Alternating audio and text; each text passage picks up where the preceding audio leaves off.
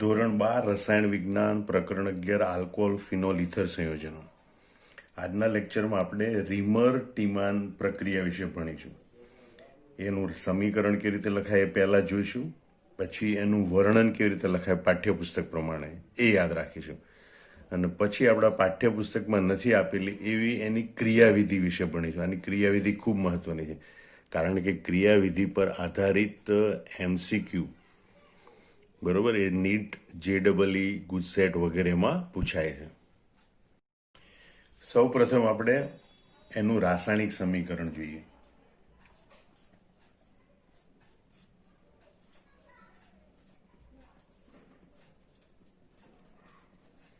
ફિનોલની જલીય sodium હાઇડ્રોક્સાઇડની હાજરીમાં chloroform સાથે પ્રક્રિયા કરવામાં આવે તો પ્રથમ એક મધ્યવર્તી સંયોજન બને, જેમાં CHCl3 માંથી CHCl2 એ ઓર્થો સ્થાન પર જોડાય અને હાઇડ્રોક્સાઇડ સમૂહ છે એમાંથી સોડિયમ ક્ષાર બને છે. બરોબર. આને આપણે જો આ ON ના ગણીએ તો બેન્ઝાલ ક્લોરાઇડ કહેવાય, અને બેન્ઝાલ ક્લોરાઇડનું વિસ્થાપિત સ્વરૂપ છે. એટલે મધ્યવર્તીને આપણે વિસ્થાપિત બેન્ઝાલ ક્લોરાઇડ કહી શકીએ. આ જે મધ્યવર્તી સંયોજન છે એની NOH જોડે સાથે પ્રક્રિયા થઈ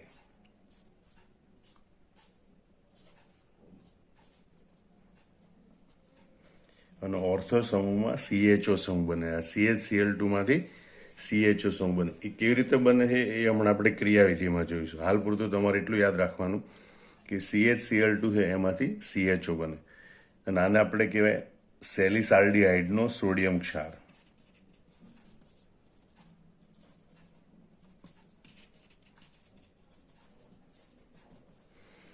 અને એનું પછી એસિડિક માધ્યમમાં જળ વિભાજન કરવામાં આવે. બરોબર. તો Na+ આયન દૂર થાય, એની જગ્યાએ H+ આયન દાખલ થાય, અને એટલે બને છે આ OH. એની બાજુમાં ઓર્થો સ્થાન ઉપર CHO સમૂહ, જેને કહેવાય છે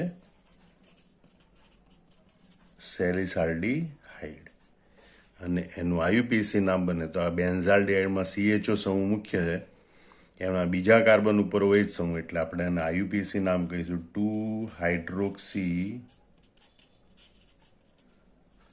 બેન્ઝાલ્ડીહાઇડ. આમ રીમર ટીમાન પ્રક્રિયામાં ફિનોલની સોડિયમ હાઇડ્રોક્સાઇડની હાજરીમાં ક્લોરોફોર્મ સાથે પ્રક્રિયા કરીએ તો એના ઓર્થો સ્થાનમાં CHO સમૂહ દાખલ થઈ આપણને સેલિસાલ્ડીહાઇડ એટલે કે 2-હાઇડ્રોક્સી બેન્ઝાલ્ડીહાઇડ મળે. હવે આ સમીકરણ બરોબર યાદ કરી લેવાનું પરીક્ષામાં લખવા માટે, અને હવે એનું વર્ણન કેવી રીતે લખવાનું સાદી રીતે પાઠ્યપુસ્તકમાં આપ્યા પ્રમાણે એ જોઈએ. તો આ સમીકરણ પરથી લખવાનું કે ફિનોલની સોડિયમ હાઇડ્રોક્સાઇડની હાજરીમાં સોડિયમ હાઇડ્રોક્સાઇડની હાજરીમાં ક્લોરોફોર્મ સાથેની પ્રક્રિયાથી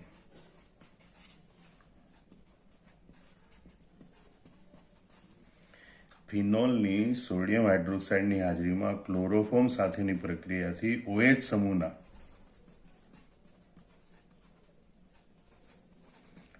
સમૂહના ઓર્થો સ્થાનમાં CHO સમૂહ દાખલ થાય. આ CHO સમૂહ દાખલ થાય. આ પ્રક્રિયાને રીમર ટીમાન પ્રક્રિયા કહે છે. આમ ફરથી જોઈ લો તો પહેલું વાક્ય તમારે આ લખવાનું કે રીમર ટીમાન પ્રક્રિયા કહેવાય કોને? ફિનોલની સોડિયમ હાઇડ્રોક્સાઇડની હાજરીમાં ક્લોરોફોર્મ સાથે પ્રક્રિયા કરતા OH સમૂહના ઓર્થો સ્થાનમાં CHO સમૂહ દાખલ થાય. આ પ્રક્રિયાને રીમર ટીમાન પ્રક્રિયા કહે છે. આ પ્રક્રિયામાં પ્રથમ મધ્યવર્તી વિસ્થાપિત બેન્ઝાલ ક્લોરાઇડ બને છે, બરોબર, જેનું આલ્કલી માધ્યમમાં પછી જળ વિભાજન થઈ સેલિસાલ્ડીહાઇડ બને છે.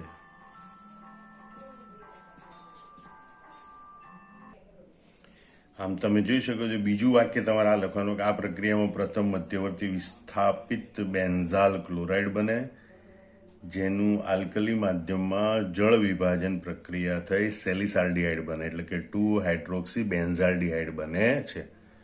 હવે આપણે પ્રક્રિયાની ક્રિયાવિધિ જોઈએ.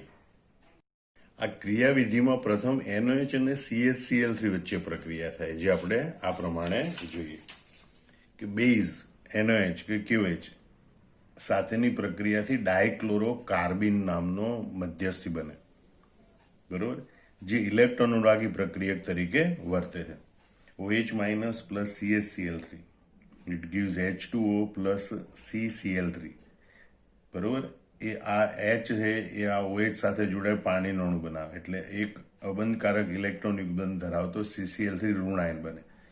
એમાંથી ક્લોરાઇડ આયન દૂર થાય તો તટસ્થ સ્પીસીઝ, બરોબર, ડાયક્લોરોકાર્બિન બને. જે કાર્બોકેટાયન હોય, કાર્બેન આયન હોય, એમાં કાર્બિન છે એ પણ એક પ્રકારનો અગત્યનો પ્રક્રિયક છે, જે ખૂબ જ ક્રિયાશીલ હોય છે, જે મધ્યવર્તી તરીકે વર્તે. તો આ પ્રમાણે અહીંયા ડાયક્લોરોકાર્બિન બને છે, એ ખાસ યાદ રાખજો કે CHCl3 ની OH- આયન સાથે પ્રક્રિયા થાય એટલે પહેલા તો પાણીનો અણુ બને, અહીંયા થાય એટલે CCl3- આયન બને.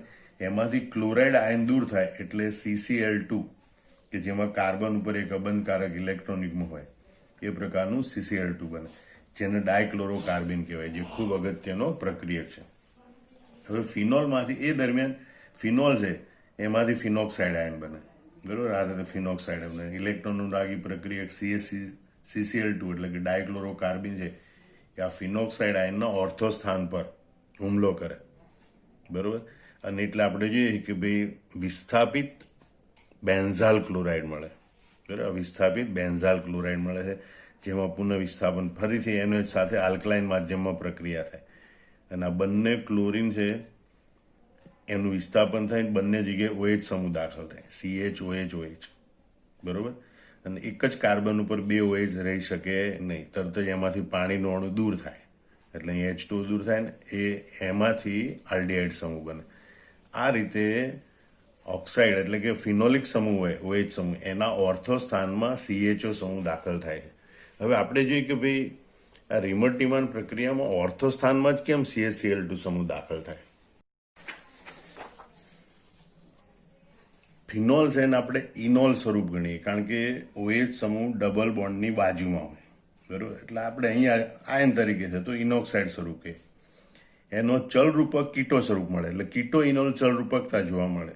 એનું જે કીટો સ્વરૂપ છે એ કીટો સ્વરૂપના ઓર્થો સ્થાનમાં ઇલેક્ટ્રોન યુગ્મ છે, અને એટલે ઇલેક્ટ્રોન અનુરાગી પ્રક્રિયક ડાયક્લોરોકાર્બિન એ સીધો જ ઓર્થો સ્થાન પર હુમલો કરે અને ઓર્થો સ્થાનમાં જોડાય, અને ત્યાં એની પુનઃવિસ્થાપન પ્રક્રિયા થઈ અને CHCl2 સમૂહ બને છે. અને માટે એમ કહેવાય કે ભાઈ આ જે ફિનોક્સાઇડ આયનનું કીટો સ્વરૂપ છે એનું ઓર્થો સ્થાન ઉપર આ ઇલેક્ટ્રોન અનુરાગી પ્રક્રિયા હુમલો કરે, અને એટલે ઓર્થો સ્થાનમાં CHCl2 સમૂહ જોડાય, અને જે પછીથી CHO સમૂહમાં રૂપાંતર પામે છે, બરોબર.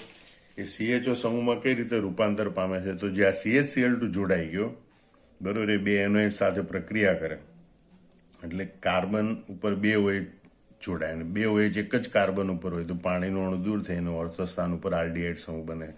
આમ રીમર-ટીમાર પ્રક્રિયામાં OH સમૂહના ઓર્થો સ્થાન ઉપર આલ્ડીહાઇડ બને. પછી તો એની એસિડિક માધ્યમમાં જળ વિભાજન કરીએ, બરોબર, એટલે સેલિસાલ્ડીહાઇડ બને છે, જેને 2 હાઇડ્રોક્સી બેન્ઝાલ્ડીહાઇડ કહેવાય.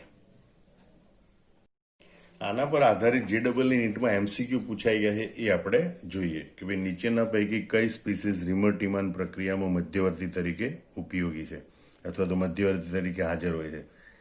તો તમે જુઓ કે આ પહેલું સ્વરૂપ છે CHOH બાજુમાં ફિનોક્સાઇડ આયન ઉપર, એ હમણાં આપણે જોઈએ તો આ સ્વરૂપ હાજર છે. એ વખતે JEE એક કરતાં વધારે વિકલ્પો સાચા હોય એ પ્રમાણે પણ પૂછાતું.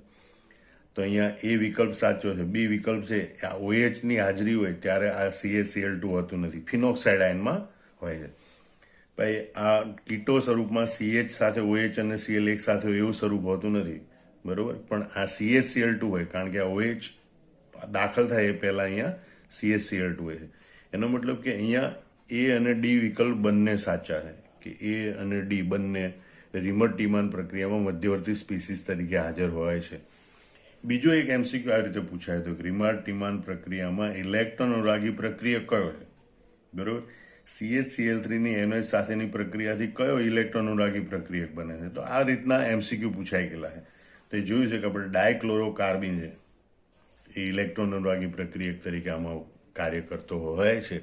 ડાયક્લોરોકાર્બિન સામાન્ય રીતે ઇલેક્ટ્રોન અનુરાગી પ્રક્રિયક તરીકે NO2+ હોય, Cl+ હોય, Br+ હોય. આ પ્રક્રિયામાં ઇલેક્ટ્રોન અનુરાગી પ્રક્રિયક તરીકે CCl2 એટલે કે ડાયક્લોરોકાર્બિન હોય છે. આમ આ પ્રક્રિયા JEE નીટ માટે ખૂબ ઉપયોગી છે. આ સમગ્ર જવાબ બરોબર મોઢે કરી સમજી યાદ રાખી લેવાનો, નોટબુકમાં નોંધી લેવાનો. જય સ્વામિનારાયણ.